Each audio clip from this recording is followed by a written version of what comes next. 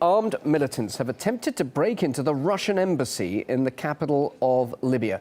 RT's Igor Piskunov has the details now live, joining me in the studio. Igor, what do we know at this early stage? Well, this is really news just in. We've just barely received confirmation from the Foreign Ministry, and they did say that a group of unknown men right now did attempt to enter the premises of the Russian embassy in the Libyan capital. Thankfully, no one was injured, and while officially this is all the confirmed information that we have. But earlier, Al Arabiya was reporting that its correspondent there heard gunshots and explosions of rocket-propelled grenades coming from around the area. But once again, according to the Foreign Ministry, thankfully no injuries have been reported among the embassy's staff. But a year ago, around 200 people did manage to break onto the premises. They took down the Russian flag.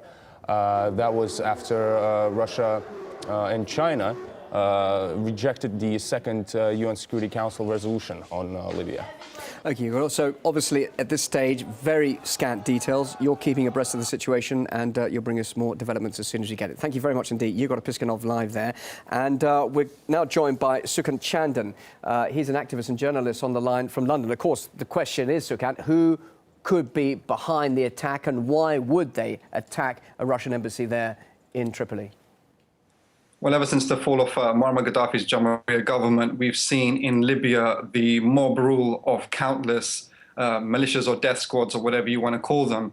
And most of them who fought against Gaddafi and alongside NATO had and have a visceral hatred for the Russian government because of the Russian government's foreign policy of protecting the independence of the global South countries, and also for the Russia Today channel as well, which was the only channel in the whole satellite, of all the satellite channels in the English language, that had a critical narrative in relation to the NATO operation there. Me myself, I was in Tripoli 3 times during the NATO bombing through 2011, and I can tell you when Tripoli fell, if anyone was associated with Russia Today or the Russian government in any way, you would be in literal mortal danger.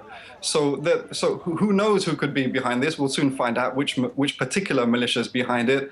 But also, it's not just the perceived enemies of the death squads that they go after. They go after their own senior colleagues as well, including the former ambassador Christopher Stevens, who was lynched last year on September the 11th.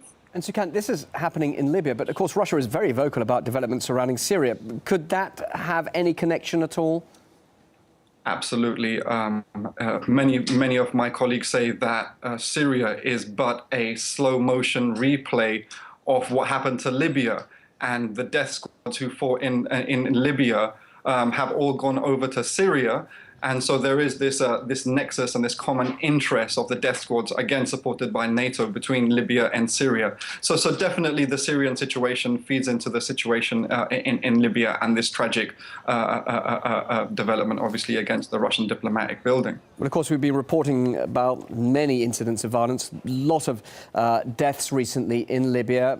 Just how difficult now is the security situation for the country and the people there? There's no security. Unfortunately, in the last month or so, Libya has seen around 47 young women kidnapped. And so there is no security whatsoever. This is going to play out, but the hope is once the death squads have exhausted themselves and the people, which is the case, the Libyan people are increasingly perhaps whispering at the moment, but the whispers are growing louder, that things weren't actually so bad under the Jamahiriya Muammar Gaddafi's government. So perhaps in the future there'll be a new Libyan movement that can cleanse this whole mess of a situation and rebuild Libya, like which that was rebuilt from the poorest country in the world to the country with the highest HDI living standard index in all of Africa. That is at least the hope. OK, Sukant, thank you very much indeed for your immediate reaction to what's happened there in Libya. Sukant Chandan, activist and journalist on the line from London.